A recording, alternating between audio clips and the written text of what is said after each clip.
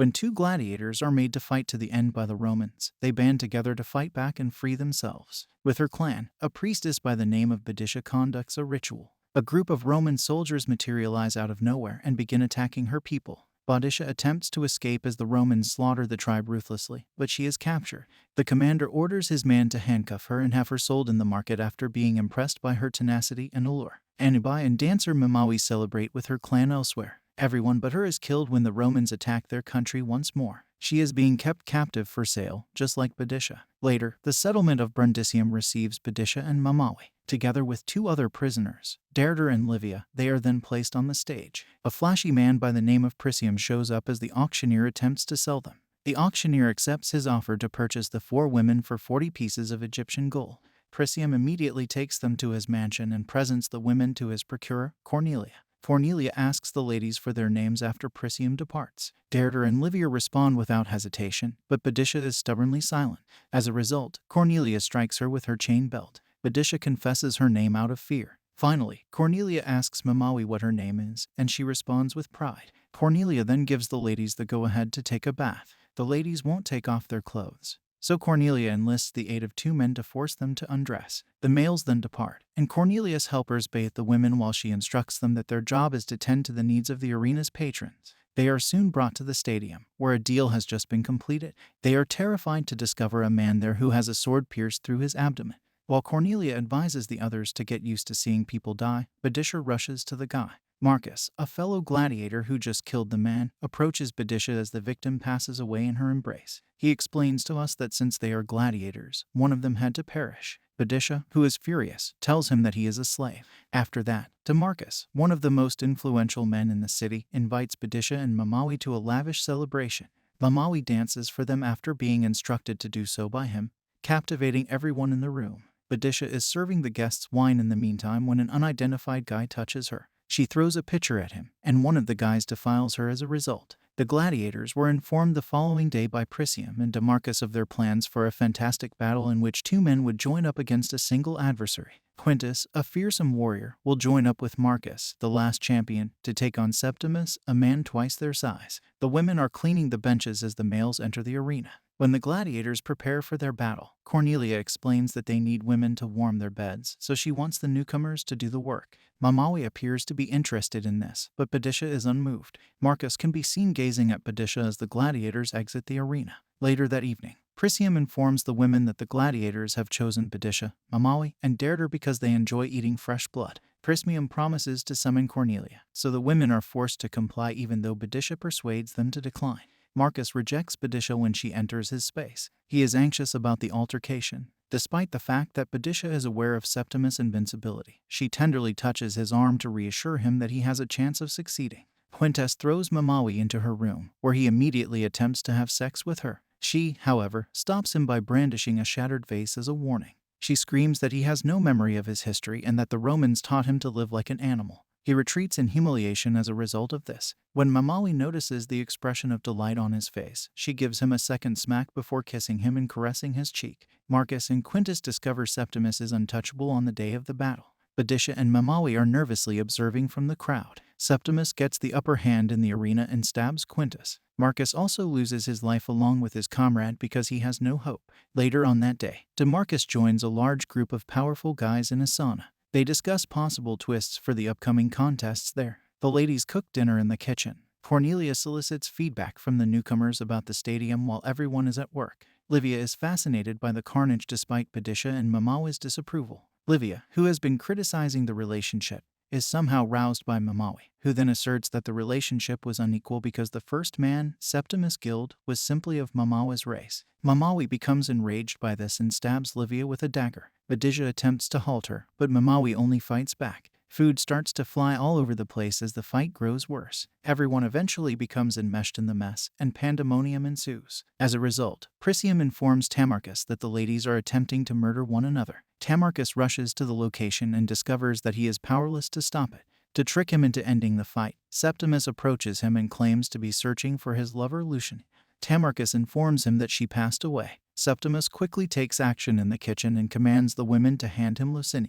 Then, Lucinia cheerfully emerges from under the table, and Septimus snatches her up and carries her off. Tamarcus' companion discerns that a battle between only women would be intriguing because it would appear to be the return of the Amazons. Demarcus is so excited by the thought that he instantly sends the women the following day to train with the gladiators. During this, Mamawi and Olivia get into another argument, and Mamawi violently throws Olivia to the ground. They continue talking until Septimus separates them and chastises Mamawi for her actions. It's eventually time for the women to enter the arena 1 week later. The men's duel is boring to the onlookers because they are so eager to see them. Gerda, who can scarcely lift the weight of her sword, is put up against Boadicea. Boadicea makes little attempt throughout the entire match as Gerda repeatedly falls to the floor. After the audience enjoys themselves, Boadicea wins when Deidre passes out from fatigue. Olivia idly congratulates Boadicea on winning after the contest. She then dons a gown and inquires about her appearance, prompting Boadicea to remark that she appears Roman. Olivia is delighted, observing that she should defeat her opponents in the countryside.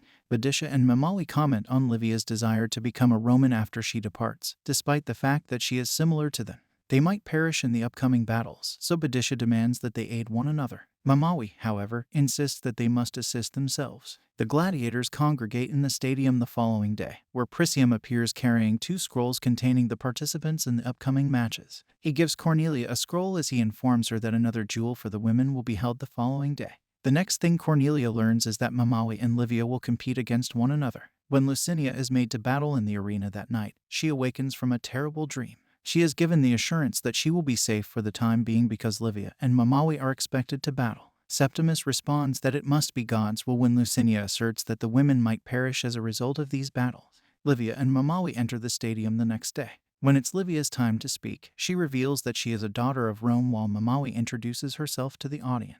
The audience puts weight on Marcus to replace her when they learn that she is a citizen. However, all the other ladies are at work, leaving only Lucinia free. She prepares herself backstage and enters the stadium out of necessity. Although he is taken aback to see her, Septimus encourages her nonetheless. Lucinia is eventually disarmed by Mamawi, who eventually gets the upper hand in the conflict. However, Mamawi is unwilling to murder Lucinia as the crowd demands. Tamarcus compels Mamawi to go for the kill under pressure from the onlookers, or he'll have his archers kill her in place of her. Mamawi hesitates, and Septimus sobs angrily. After being struck by 2 missiles, Mamawi is forced to murder Lucinia. The gladiators and the ladies congregate in the kitchen that evening. Livia is told by an inebriated Gerda that Lucinia sacrificed her life for her. Livia counters that it is the spectator's choice and that Mamawi murdered the victim.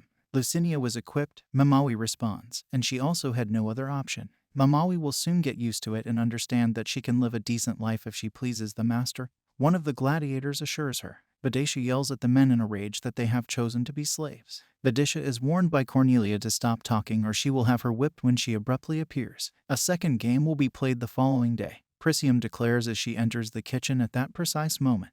Boadicea and Mamawi, the 2 winners, will square off against one another this time. Boadicea asserts her right to choose a nighttime partner before Priscium departs. He is even more shocked by Boadicia's selection of Septimus. The inebriated Deidre yells at Cornelia that Demarcus is a swine as she makes her way to Septimus's bedroom. As a result, she receives a whipping. Boadicea discovers Septimus grieving over Lucinia's corpse in the meantime.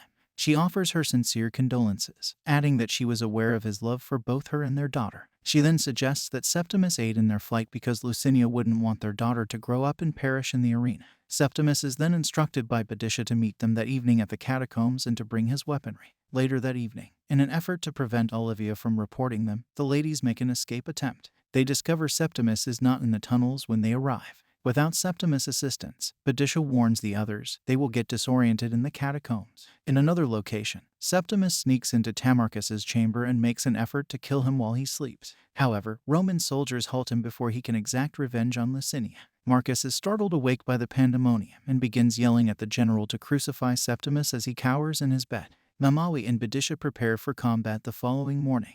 Mamawi is adamant about winning, but Boadicea points out that even a triumph won't set her free. But after their failed effort to flee last night, the woman isn't listening to her anymore. General Rufinus grants Septimus the privilege of taking his own life elsewhere. Mamawi and Boadicea engage in combat.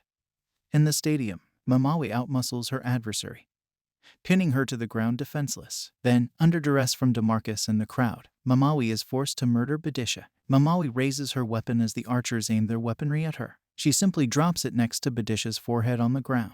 Demarcus is then startled when Mamawi screams for freedom against his forehead. Then he gives his right-hand man the command to call the archers. However, 3 arrows strike the man's torso before he can issue the order. To the dismay of DeMarcus, the women they bought have started to rebel. They stand at the benches, bows and missiles at the ready. DeMarcus then encounters Badisha and Mamawi after being pushed into the stadium by Derder. He vows to have them crucified, but the women still manage to murder him. The audience applauds. Then pandemonium breaks out. Some of the Roman troops are killed when the women start shooting their arrows. As the soldiers in the arena engage them in combat, the gladiators also appear. The spectators get involved in the chaos by throwing the elites, including Priscium, into the stadium. Cornelia, who is lamenting Tamarcus' premature demise, rushes to his lifeless body in the meantime. Mamawi stabs Cornelia in the back as she tries to kill Derder out of retaliation. After that, a few other gladiators including Badisha, Mamawi, and Derder leave the stadium.